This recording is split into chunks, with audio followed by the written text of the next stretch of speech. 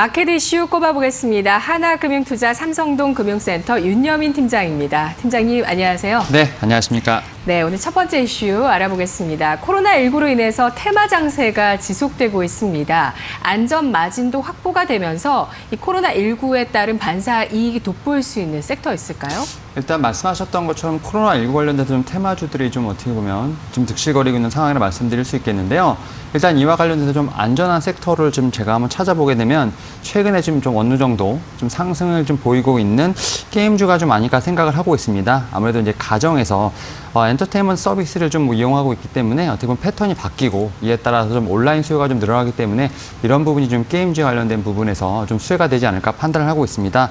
일단 게임주 중에서 가장 중요한 이슈는 이제 중국 정부의 어떤 판호 발급인데요. 사실 2017년 사드 이후에 어떻게 보면 좀 많이 좀 중단됐었습니다. 올해 좀 풀릴 것으로 예상이 되고 있지만 코로나19로 좀 연기가 된 부분이 있습니다만 그래도 여전히 이런 부분은 좀 참고를 해보셔야 될 것 같고요. 사실 게임주 중에서는 제가 볼 때는 NC소프트가 가장 좀 최선 호주가 아닐까 좀 판단을 하고 있습니다. 네. 뭐 리니지 M이라든지 리니지 2M 같은 경우 지난해 모바일 매출로 했을 때 거의 뭐 한 1조에 가까운 매출을 좀 보인 부분이 있고요.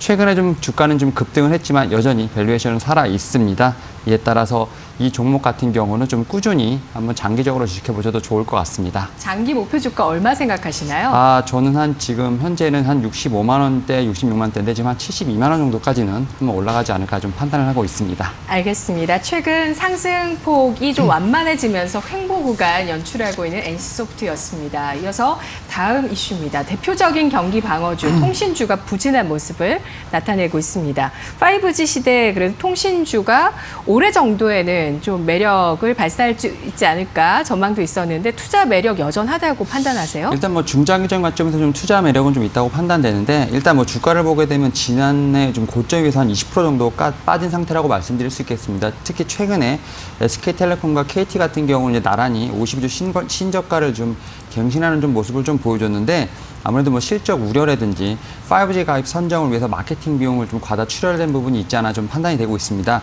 그러나 다행스럽게 5G 가입자 수 같은 경우는 지난해 300만을 좀 예상을 뛰어넘는 467만 명을 좀 기록을 하면서 5G 가입자 관련된 부분에서 상당히 유입이 좀 거세다하게 말씀드릴 수 있겠고요. 또 제 생각엔 통신 3사 중에서 LG U+가 그래도 좀 주가 반등이 좀 빠르게 나타날 수 있지 않을까 좀 판단을 하고 있습니다. 뭐 동사 같은 경우는 최근에 5G 관련된 콘텐츠에 좀 많이 공을 들였던 부분이 있고요. 또 최근에 이제 LG 헬로비전과 어떤 인수로 인한 시너지도 좀 기대가 되고 있는 상황입니다. 또 마지막으로 이제 모건 스탠리 캐피털 인터내셔널 시등 지수에서 동사 같은 경우는 이제 비중이 0.02%에서 0.04%로 2배가량 좀 증가한 점도 하나의 좀 수혜가 될 것으로 판단되고 있기 때문에 일단 뭐 통신주 같은 경우 중장기적 매력도는 여전히 좀 살아있다 말씀드릴 수 있겠고요. LG U+ 그 중에 한번 눈여겨보시면 좋을 것 같습니다. 네, 최근 조정입니다. 13,500원에서 거래되고 있는 LG U+의 매력도 알아봤습니다. 잘 들었습니다. 네, 감사합니다.